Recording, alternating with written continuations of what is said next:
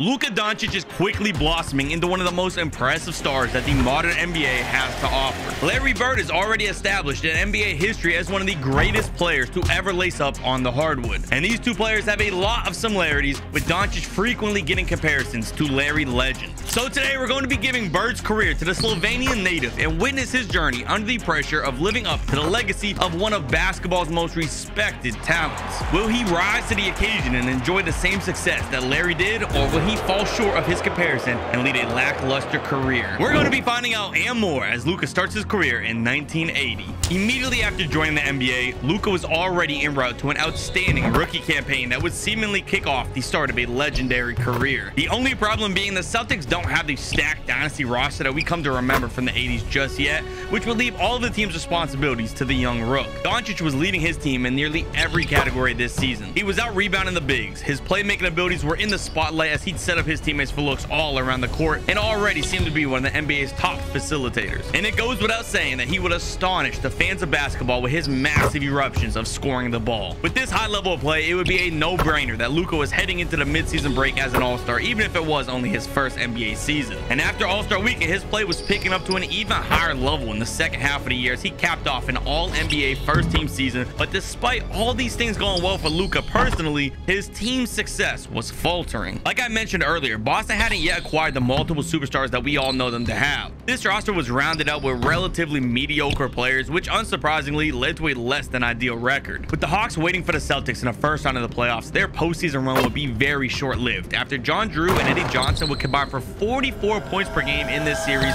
to send Doncic packing early shortly before receiving one final season accolade. Rookie of the Year goes to Luka Doncic. To be quite honest, I'm a little bit surprised because I thought it was going to go to the other top rookie in the NBA this season. Of course, I'm talking about Magic Johnson, who we all know would go down as a massive rival to Larry Bird. They both were in the 80s, but Magic undoubtedly had a better career than Bird did, which brings us to Doncic's goal of this simulation. He'll be attempting to get revenge for Bird by outclassing Magic in this alternate reality. But already in just 1 year, he was off to a shaky start, with Johnson already taking a one championship lead. But in just season 2, Luka would have an opportunity to rewrite the script. The Celtics were adding some serious help to the roster, and Luka was loving every moment of running the pick and roll with all-star center Robert Perry. Additionally, Kevin McHale was an elite low post threat that could create for himself. This efficient post scoring freed things up for Luka, who would take absolute advantage of the improved offense and experience a jump to his efficiency. Without the entire opposition's defense applying all their focus to Luka, the game slowed down for him, and he'd morph into a scoring powerhouse that would lead this Boston team to the top record in the East and some personal hardware too. An MVP only in the second year, I was not expecting that at all. Now he has a chance with a really strong team to make a run for a championship to pass up Magic Johnson. The quest to that possible championship would look significantly different than it did last season here in the playoffs. In the first round, Luka was on a tear while sweeping the Cavaliers, and this was going to be setting the tone for this postseason. Round 2 was yet again going to be another sweep in dominating fashion versus the Nets, and the conference finals was not much different against the Bucks with another Luka masterclass who would lead his team game after game with wins and a full sweep of the Eastern Conference. 11 straight wins to sweep through the Eastern Conference, but now the real test comes in the finals to see can he get it done in the biggest stage.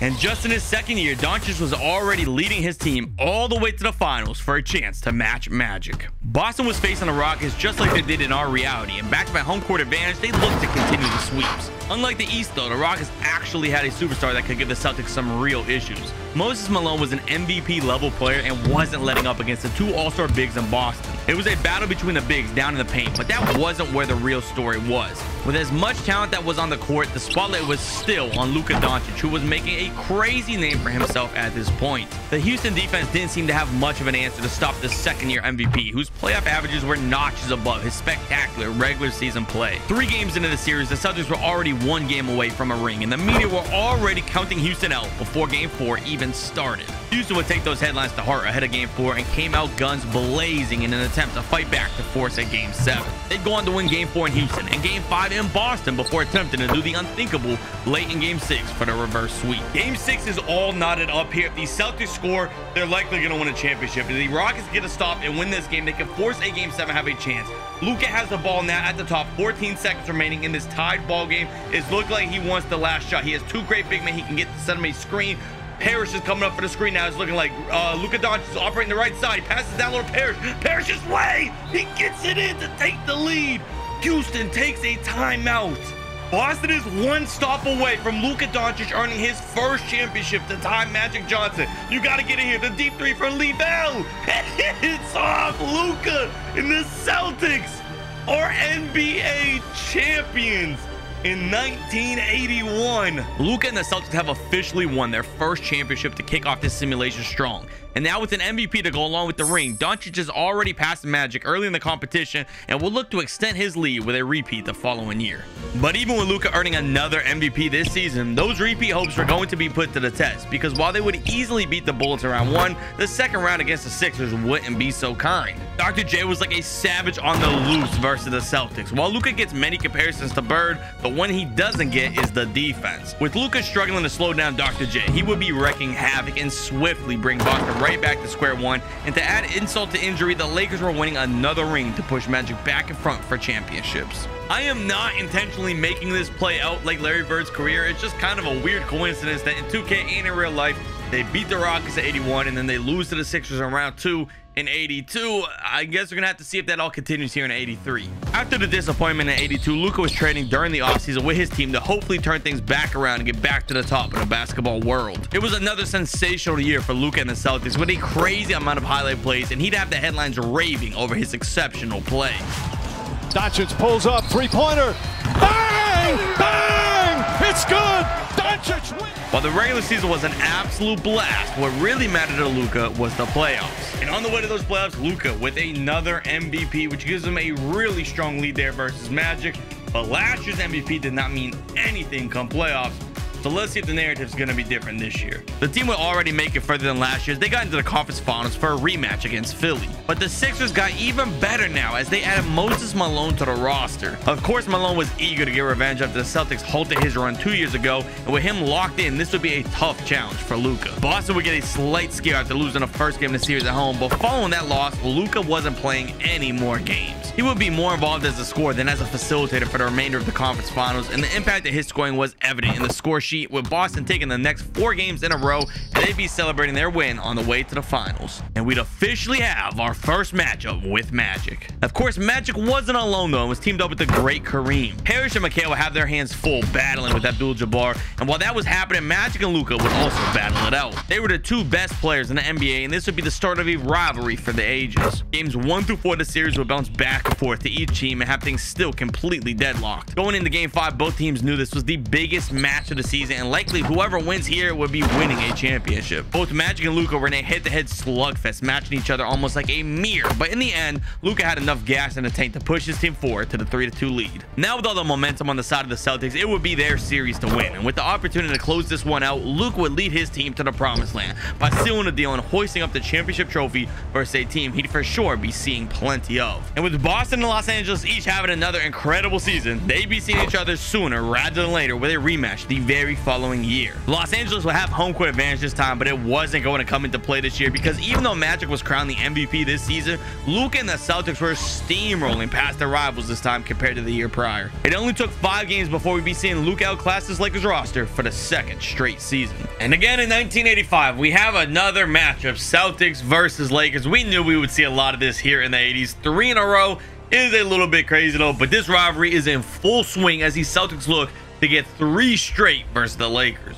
Again, Magic was the MVP of the league in 85 and was fully locked in to take out Luka this year. It seemed that after beating LA 2 times in a row, Boston may have become cocky, or maybe it was just that the Lakers are getting their opponent figured out. Regardless of what it was, this series wasn't looking great for the guys in green, who were finding themselves down 2-0 prior to heading back to their home court. With the fifth of the series pending heading into Boston, it was essential that everyone brings their A game. Oddly enough, the daunting task of recovering from a 2-0 deficit didn't seem to faze Doncic whatsoever. He was calm and composed in this massive game 3 like it was any old regular season game. He was finishing this match with a very solid stat line, but more importantly, he got Boston back into the winning column. But they weren't back into the series just yet. After game 4 would roll around and Magic Johnson would regain control of the matchup to take a nearly insurmountable lead. Now the question would stand on whether or not Luka can respond to the adversity. Odds were incredibly against him down 3-1, but can he come back? He would need to be playing at his absolute best, and that's exactly what we'd witness. He fought hard for this team to get back in the series, and all the buzz around sports media was about the upcoming Game 7.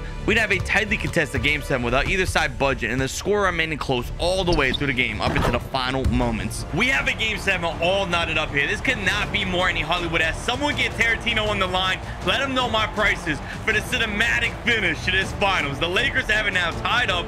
13 seconds left on the shot clock. Coming out of a timeout. They throw it down low to Kareem Abdul-Jabbar in the paint. Parrish cannot get the block, and the Lakers are going up by 2.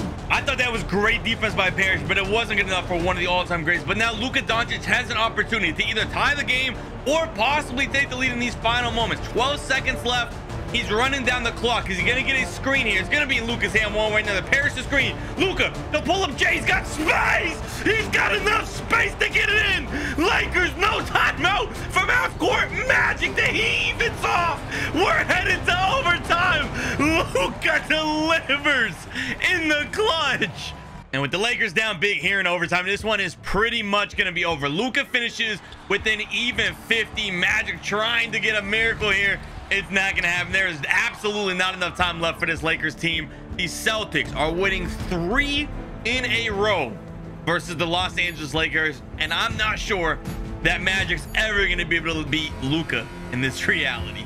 But maybe it didn't have to be Magic defeating him. The second-year Jordan was on absolute fire, and even though he couldn't get past Bird in our reality, he was figuring a way versus Doncic in this reality. It comes as a shock to the world, but Luka was being upset by the young Mike. And while the 87 the Celtics would make it to finals again after barely scraping by a very good Pistons team, the Lakers would finally have things figured out, and after several attempts, they would manage to come out on top over Luka. These 2 back-to-back losses were massive for Luka because now Magic was swiftly reclaiming the lead in the competition, and it left a lot to wonder about Luka moving forward. With Mikal and Parrish getting older, his window of winning was closing. With only a few more years left, can Doncic possibly win any more championships? The answer was up in the air here in 1988 because even though Luka knew what was at stake here and would play at an MVP level, by the time he made it to the conference finals to face the Detroit Pistons, he would get completely shell-shocked and sent back to the offseason just short for the 3rd year in a row. Luckily, the Pistons would go on to defeat the Lakers in the finals, which left our score at a dead even tie. But Luka likely only had 1 good year left to try and earn a ring